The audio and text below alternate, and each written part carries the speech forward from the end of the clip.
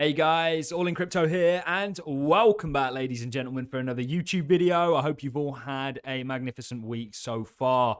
This is going to be a Cardano update video, and we're going to be looking at some comments published by Coindesk that essentially call Cardano Vapourware and a number of other things. And I'm essentially going to dismiss all of this, show you that, it's actually quite far from factual. And that this is just an opinion, and the individual who wrote the article is absolutely entitled to that, albeit a wrong opinion, just based on his own points. It's that time of year, it's beginning to look a lot like Christmas. It's with Christmas around the corner, and essentially, the end of the year is coming very fast. And of course, many outlets are releasing outlooks for 2023. We looked at BlackRock's on the Daily Show, and we also... or I've recently been reading Coinbase's market outlook. And they had some really interesting points. But if we go down to the layer 1 and layer 2 section, not one mention of Cardano in this whole thing. And it kind of begs the question that, why is this? Why does Cardano have such a bad rap? We understand the price. We talk about in the last video. We were looking at the price. We've done a whole analysis on that. We ultimately think there's lower prices to be had. But we know what's driving the price of everything, some to more of a degree than others. And to judge Cardano as a blockchain based on points that really have no relevancy and actually are inaccurate, I think is foolish. And I personally see, and I stick my neck out on the line whenever I say this, because believe me, I have a lot of friends in the blockchain space. I have a lot of friends in the sort of traditional financial space. And Cardano is not a popular topic, but it's something that I've continued to sort of champion. I do think that Cardano has a real role in tomorrow's world. And what I mean by tomorrow's world is a world that's ran on blockchain. That's what we're moving towards, ladies and gentlemen. And just like with the dot-com boom and bust, many of those companies faded and died. Many of those vaporware, which Mr. Keys, of course, likens Cardano to, vaporware blockchains faded. And the real ones like Amazon, Apple, Microsoft really shone. And I think that Cardano actually stands a very good chance of gaining real adoption. We're moving into this sort of phase for blockchain.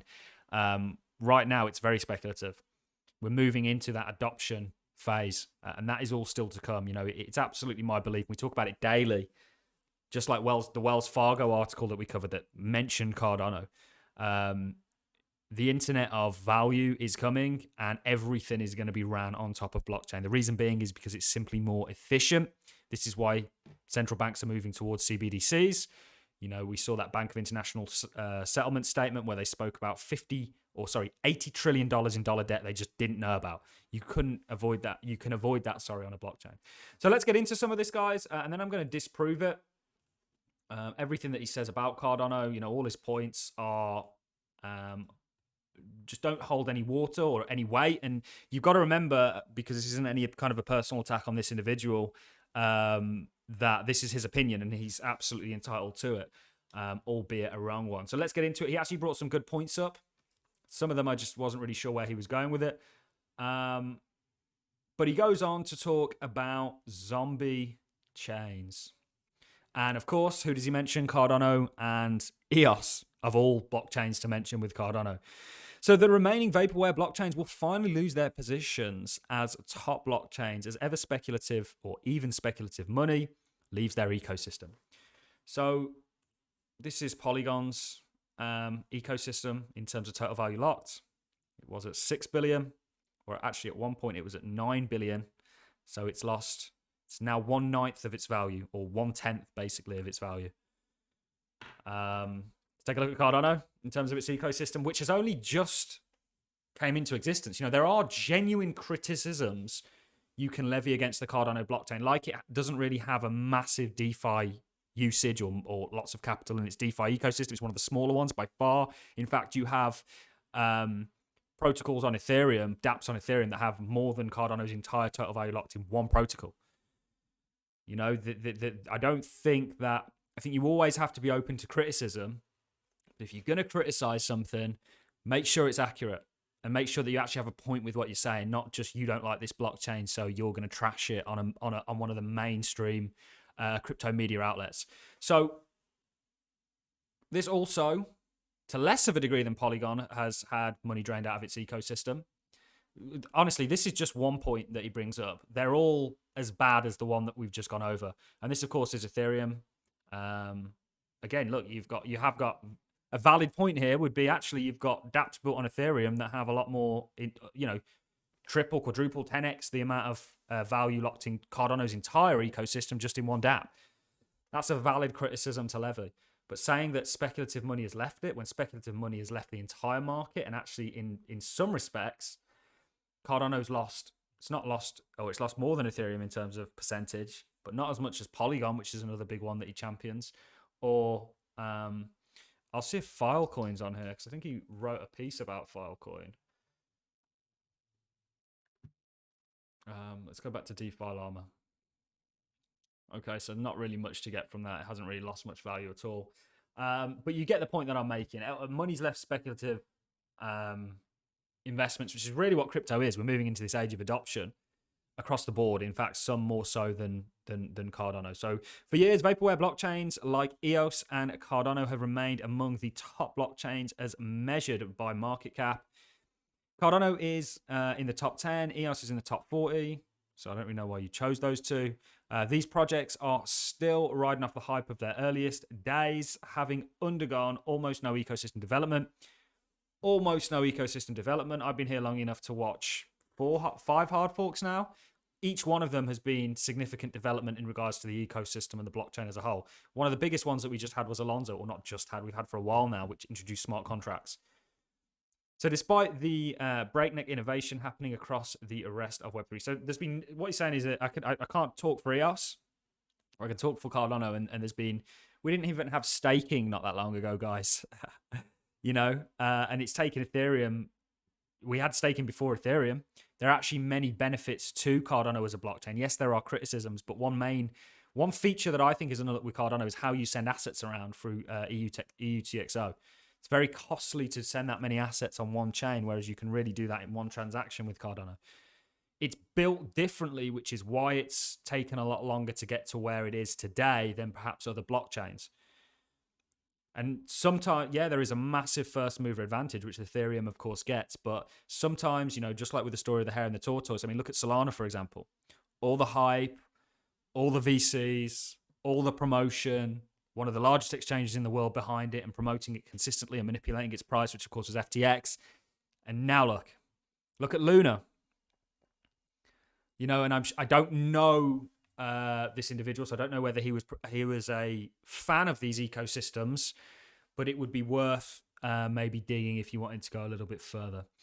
So no innovation to the ecosystem or no development. We know that's untrue.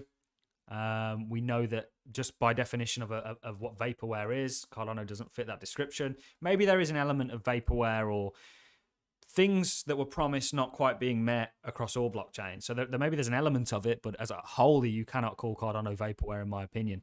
And essentially, in terms of it losing its top space, this, of course, is current. We're going to talk about volume in a second because he also seems to bring up volume. Let's look at the historic snapshot.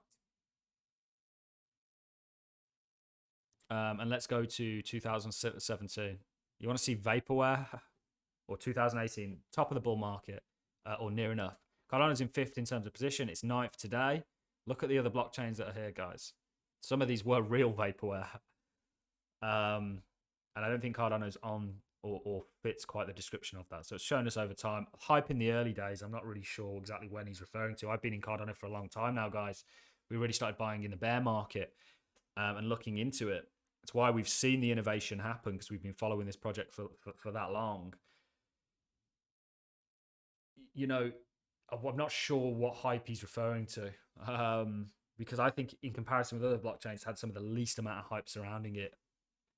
So in the current depth of the bear market, Ethereum is maintaining roughly 1 billion in volume every 24 hours compared to Cardano's 1 million and EOS's 100,000 daily volume. The bear market hasn't been kind to any network, but EOS has the unique standing of being responsible for the greatest value destruction based on original funds. I agree with that. So I agree with what he's saying there. EOS has been a complete disaster, especially if you look at how much was raised when they launched the project through the ICO. I remember all that. So neither chain is living up to promises made to earlier consumers. I would argue that most chains have not led up to the promises. I mean, look at the metaverse, for goodness sake. Some of that stuff is just hilarious in terms of what was delivered on promised. You know, go after that. Why go after... And I know why, because it's probably a competitor to whatever coin you're backing, or you probably have some sort of a personal vendetta with this. And I feel like that's the case with a lot of people. You know, Cardano did very well for me, did very well for many people. And I'm happy with where it's at the moment, and excited to, you know, see what's coming down the road. So let's continue to read on. Neither chain is living up to the promises made earlier in the year. In 2023, even pre-initial coin offering, institutional investors and earliest retail investors will lose interest. The death knell will toll for these Vapourware blockchains as they finally lose the last remaining mainstream supporters under the undeniable lack of on-chain adoption. So I kind of agree with the fact that he's saying there's a lack of on-chain adoption. There's a lack of on-chain adoption in regards to the entire crypto space. We are nowhere near adoption. In fact, we're so far away. We've just took a couple of steps on that journey as an industry. So I kind of somewhat agree with that, but in retrospect with the crypto space, I don't think so, given certainly how new things are for Cardano. And he talks about institutional investors. You know, there aren't a great deal of them in Cardano. That's one thing it has for it, and still it's a top 9. You know, and also early retail investors. The thing that you've got to realize with Cardano is most people have kind of committed to hold it at this point. Of course, what moves the price? Well, it's people buying and selling. So even if there's 1% of the supply that's being bought and sold, that's going to move the price and dictate the 99% supply. But I don't think a large part of that dump is retail at this point. The whole Cardano, I think, are in it for the long haul. To be honest, you know, we weren't the first out, and we're not hot. We only have a small allocation of ADA that we essentially use to operate my stake pool. I have some in NAMI wallets and other wallets, but really we're largely out of the crypto space as a whole. So we weren't the first out, but we've kind of been looking for this downside as an opportunity. The price is going to be dictated by whatever's trading. It could be only 1%. The hodlers, I think, are here to stay. I just think this was really lousy hit piece, to be honest. He talks about volume, actually, which we didn't cover. So you can look on CoinSlate. You look at volume. Cardano is up there. It's above chains like Solana. It's above chains like Chainlink, Tron, Ethereum Classic, DAI, Wrapped Bitcoin, Polkadot, Filecoin, Bitcoin Cash, Avalanche, Ape, Shiba Inu, Chiliz. Of course, we've got EOS down here, and so on and so forth. Of course, TERRA Classic, Waves. You know, we can also check this on CoinMarketCap. Let's do this in regards to volume. Exact same place, guys. Look at the coins it's against. None of them, Cosmos, none of them were mentioned as Vapourware, which I find kind of interesting. So lousy hit piece, guys. This is just a video to show you that none of this stacks up. It's inaccurate.